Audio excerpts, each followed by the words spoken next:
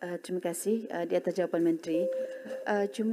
Saya ingin saya jangkakan kira-kira 2025 bidang kuasa di 35 buah negara telah mengisytiharkan darurat iklim yang meliputi gabungan populasi lebih 1 bilion rakyat.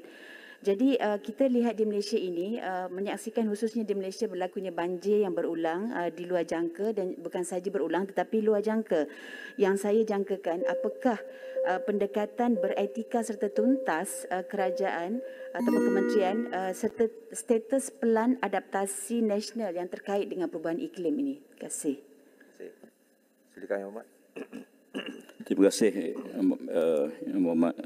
Untuk makluman hingga kini lebih kurang 1,900 kerajaan tempatan daripada 34 buah negara, daripada 197 negara yang berdaftar dengan UNFCCC yang telah pun mengisytiharkan darurat iklim. Berarti 34 daripada 197 negara. Dan untuk menjawab soalan adaptasi yang kita buat, sebab sesuatu kawasan yang nak diisytiharkan declare emergency climate ini, dia mesti mematuhi beberapa perkara. Pertama sekali ialah apakah pelan mitigasi perubahan iklim yang dibuat dan dianggap tidak mencukupi yang terpaksa kita isytiharkan darurat. Yang kedua, selepas kita isytihar darurat, apakah langkah-langkah drastik negara yang perlu dibuat seolah kita gagal mencapai target tadi. Untuk makluman Dewan Yang Mulia, buat masa ini impak perubahan iklim dialami negara yang agak ketara ialah banjir. Bagi menangani impak tersebut, KASA melalui JPS telah pun merancang pelan jangka panjang dan jangka pendek untuk menaik taraf baik pulih sistem pengurusan banjir seluruh negara. Kaedah-kaedah dapat mempertingkatkan dan memenuhi pelaksanaan banjir secara lebih efektif. Untuk makluman Dewan Yang Mulia, pada di bawah rangkaian ke-11, kos bagi pengurusan banjir diluluskan adalah dianggarkan sebanyak 9.6 bilion dengan jumlah peruntukan dianggarkan sebanyak 4.8 bilion.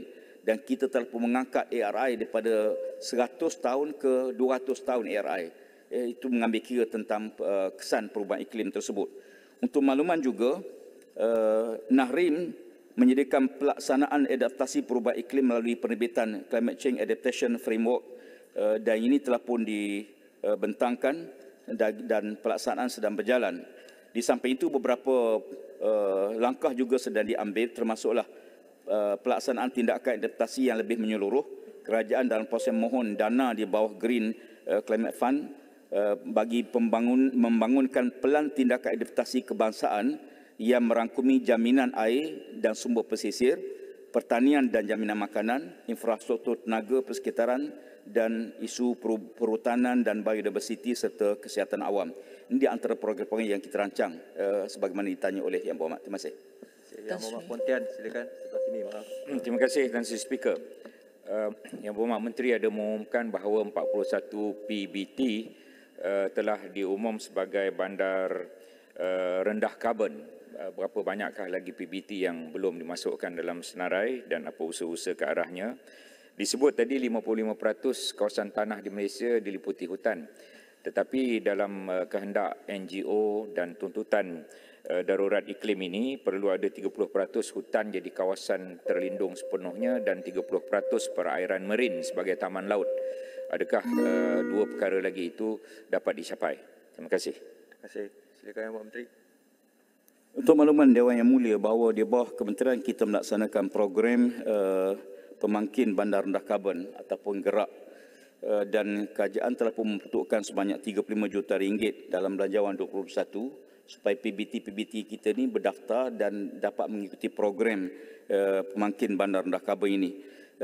Berhubung dengan soalan dibangkitkan, kita bukan hanya fokus kepada bandar untuk masuk institusi pengajian dan sebagainya, dan hingga setakat ini berkuat dalam 40% penyertaan, dan bakinya kita akan tingkatkan dalam pelan pembangunan kita pada tahun ini dan tahun hadapan. Kita nak pastikan semua bandar-bandar kita terlibat sama dalam program ini. Sebab itu kerajaan telah menyediakan dana. Sebelum ini kita tak ada dana. Kita baru menyediakan dana supaya PBT kita dapat terlibat sama. Dan hingga setakat ini saya telah turun beberapa PBT dan melihat sendiri program yang dibuat di peringkat PBT. Bagi menjawab isu hutan, saya menyambut baik usaha yang telah dibuat oleh KEXA untuk reserve dan kawasan-kawasan tadan air, kawasan-kawasan hijau ni yang dikawal selia dan tidak boleh diberikan kelulusan untuk penerbangan balak dan sebagainya. Saya sebut tadi ialah kawasan balak, kawasan hutan yang kekal. Tidak masuk litupan hijau yang sebenarnya meliputi lebih daripada 70% kawasan negara.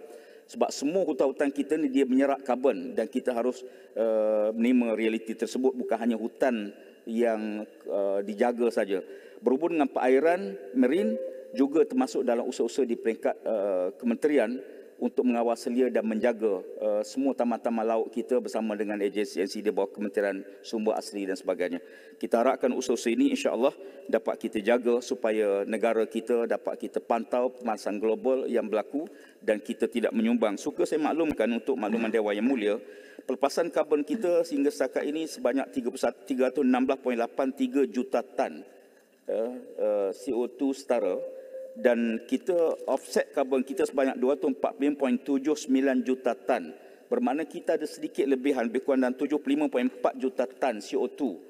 Dan inilah pelan-pelan adaptasi yang kita buat supaya 75 juta tan itu dapat kita serap dan kita sampai net zero pada tahun 2050. Terima kasih. Terima kasih.